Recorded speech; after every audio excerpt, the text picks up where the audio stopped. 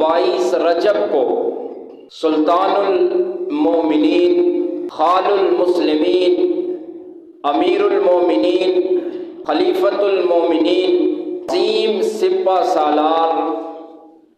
حضرت سیدنا امیر معاویہ رضی اللہ تعالی عنہ کی وصال کا دن ہے کل 22 رجب کو، اور یہ وہ عظیم صحابی رسول ہے کہ جس کے لیے بے شمار مواقع پر آپ صلی اللہ تعالی علیہ وسلم نے دعائیں کی۔ ویسے تو جو بھی صحابی ہے وہ جنتی ہے کہ اللہ نے وَكُلًّا وَعَدَ اللَّهُ الْحُسْنَى، سب کے ساتھ جنت کا وعدہ کر دیا۔ اور صحابی کے لیے آپ صلی اللہ تعالی علیہ وسلم نے بھی فرما دیا کہ جس نے ایمان کی حالت میں مجھے دیکھ لیا، سرکار دو عالم صلی اللہ علیہ وسلم نے فرمایا،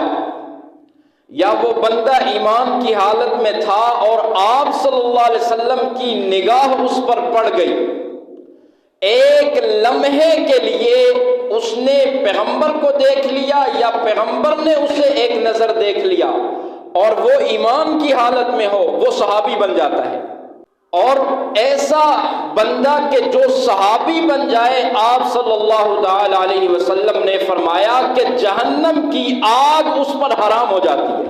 اس صحابی کا پھر کوئی بعد میں آنے والا جتنا بڑا ولی ہو، غوث ہو، قطب ہو، ابدال ہو،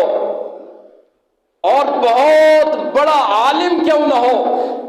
بہت بڑا ولی کیوں نہ ہو، مگر اس صحابی رسول کے جس نے ایک لمحے کے لیے پیغمبر کی زیارت کی ہے، اس کا مقابلہ نہیں کر سکتا، بلکہ اس صحابی کا کیا، اس کے جوتوں کا بھی مقابلہ نہیں کر سکتا۔ حضرت عبداللہ ابن مبارک رحمت اللہ تعالی علیہ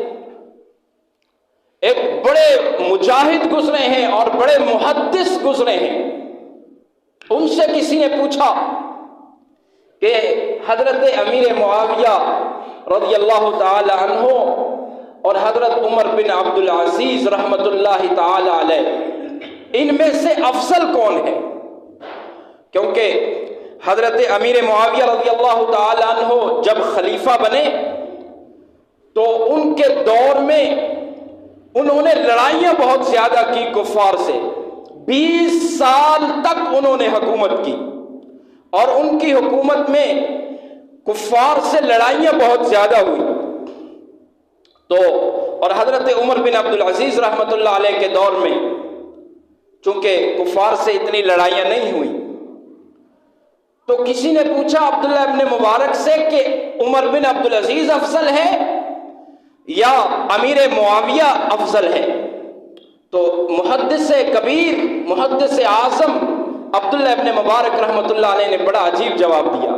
فرمایا کہ جس گھوڑے پر سوار ہو کر حضرت امیر معاویہ رضی اللہ تعالی عنہ نبی کریم صلی اللہ تعالی علیہ وسلم کے ساتھ جہاد پہ جا رہے تھے، اور اس گھوڑے کے نتنوں میں، اس گھوڑے کے ناک کے نتنوں میں جو گرد، جو غبار، جو دھول پڑتی تھی، اے عمر بن عبد العزیز تو اس غبار کا بھی مقابلہ نہیں کر سکتے۔ اللہ اکبر! یعنی کہ صحابی تو رہا اپنی جگہ پر، بعد میں آنے والا اتنا بڑا امام اور اتنا بڑا عالم اور اتنا بڑا امیر المومنین، زمین کو انصاف سے پھرنے والا عمر بن عبد العزیز، وہ اس صحابی تو اپنی جگہ پر رہا، اس کے سواری کے ناک کے نتنوں میں جو دھول جاتی ہے وہ تو اس کا بھی مقابلہ نہیں کر سکتا، تو صحابی کا کتنا بڑا مقام ہوگا۔ اللہ نے صحابہ کو بہت بلندیاں عطا فرمائی، بہت عظمتیں عطا فرمائی۔ آپ صلی اللہ تعالی علیہ وسلم نے فرمایا کہ میرا صحابی اگر ایک مٹھ جو کہا اگر یہ اللہ کے راستے میں صدقہ کر دے اور بعد میں آنے والے اگر احد پہاڑ جتنا سونا بھی صدقہ کر دیں تو اس صحابی جو مٹھ جو اس نے صدقہ کیا ہے اس کا مقابلہ نہیں کر سکتے۔ مگر ہم صحابہ کی اعمال کی تو بات ہی نہیں کر رہے۔ صحابی تو عمل سے بنتا ہی نہیں ہے،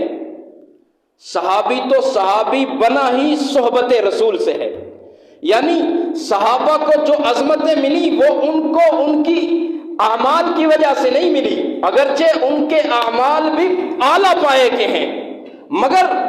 ان کے عمل کی وجہ سے صحابہ کو عظمت نہیں ملی۔ عظمت ملی ہے تو صحبت رسول کی وجہ سے ملی۔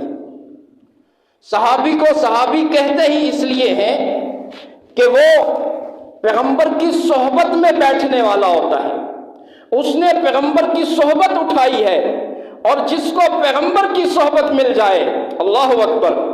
اس سے بڑا مقام کس کو مل سکتا ہے؟ پھر اس سے بڑی عظمت کس کی ہو سکتی ہے؟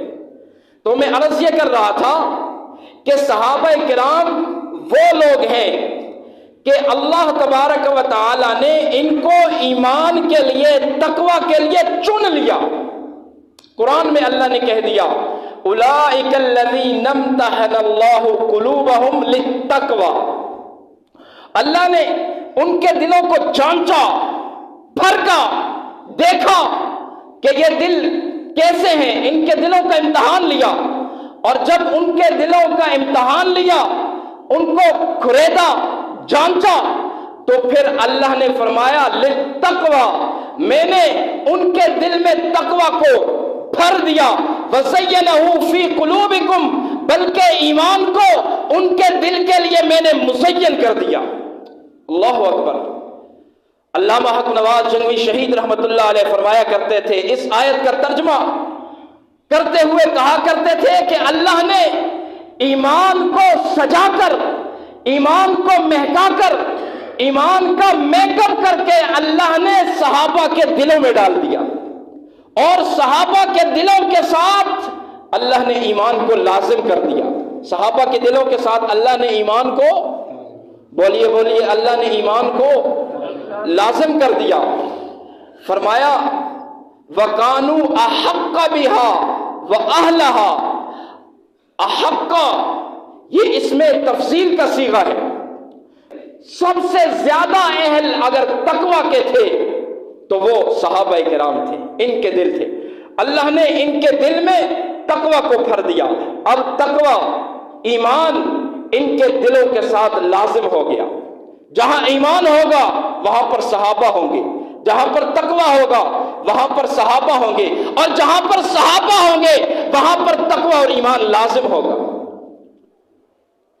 لہذا تقوی اور ایمان یہ صحابہ کے لیے اللہ نے منتخب کر دیا۔ اب جو بھی صحابی ہے، جو بھی صحابی ہے، یہ ہو ہی نہیں سکتا کہ اس کے دل میں ایمان نہ ہو یا تقوی نہ ہو، یہ ہو ہی نہیں سکتا،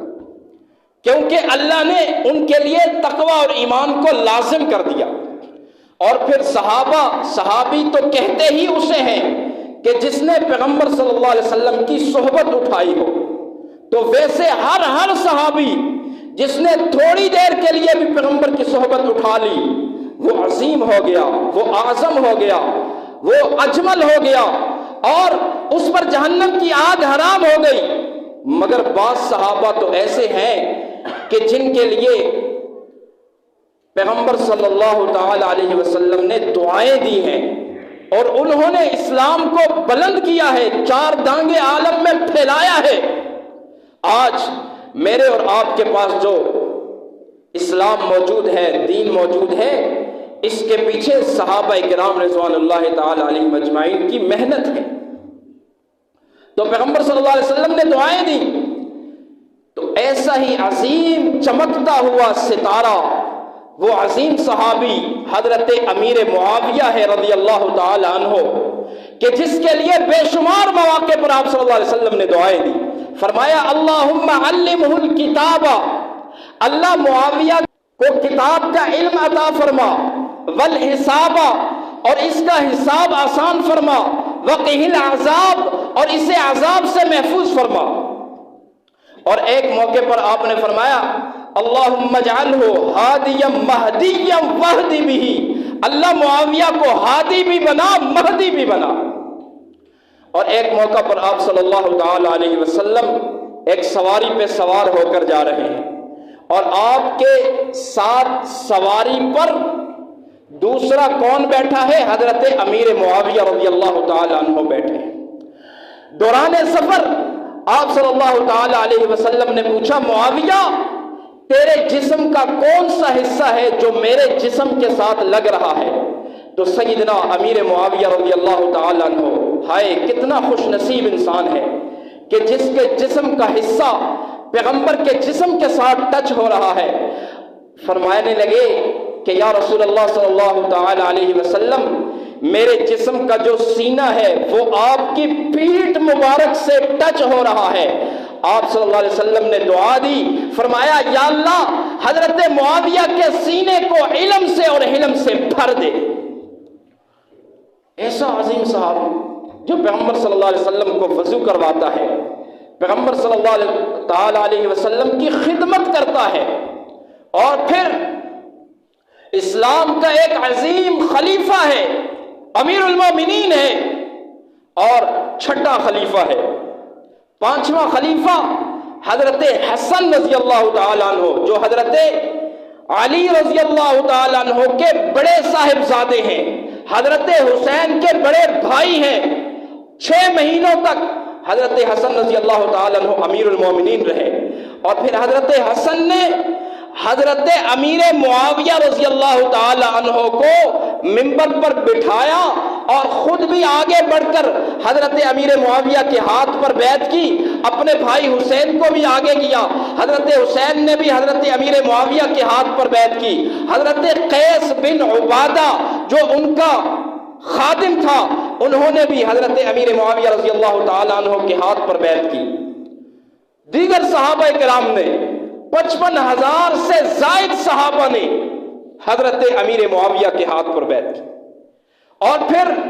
حضرت امیر معاویہ کا جو زمانہ خلافت ہے وہ 20 سال کا دورانیہ ہے، 20 سال تک حضرت امیر معاویہ نے حکومت کی، بادشاہت کی، اور ایسی حکومت کی کہ کفار کے علاقے یہودیوں سے عیسائیوں سے بہت بڑی زمینیں لے لیں، اور وہاں پر انصاف کو، عدل کو اور اسلام کو نافذ کر دیا، اور اللہ کی زمین کو انصاف سے بھر دیا۔ حضرت امیر معاویہ رضی اللہ تعالیٰ عنہ کے دور حکومت میں 64 لاکھ اور 65,000 مربع میل پر اسلامی پرچم لہرا رہا تھا، یعنی آدھے سے زیادہ زمین پر اسلامی پرچم لہرا رہا تھا۔ یہ حضرت امیر معاویہ رضی اللہ تعالیٰ عنہ کے دور۔ اس سے پہلے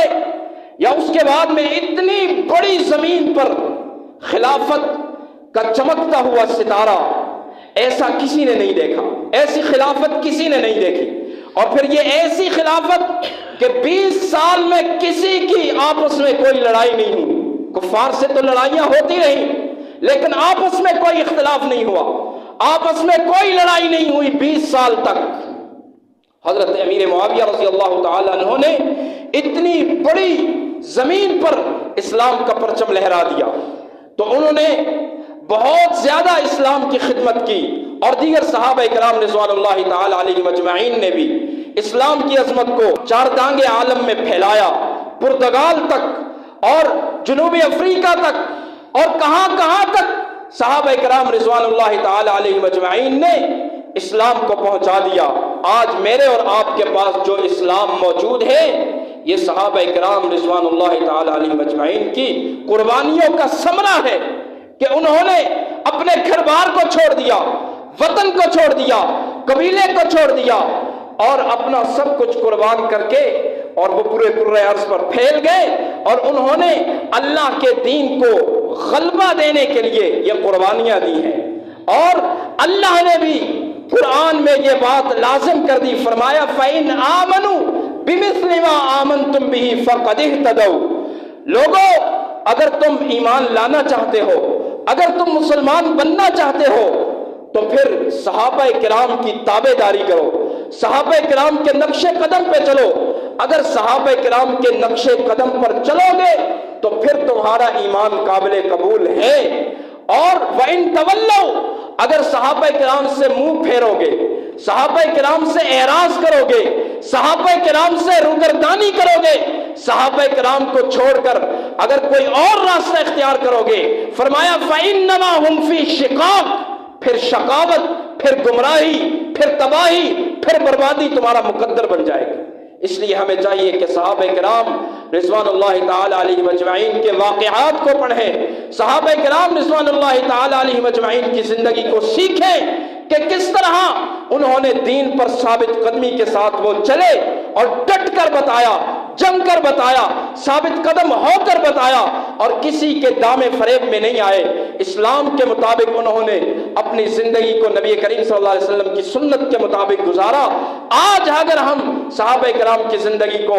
فالو کریں گے اور ان کے نقش قدم پہ چلیں گے، یقیناً ہم کامیاب ہو جائیں گے، اور اگر ان سے منہ پھیریں گے تو پھر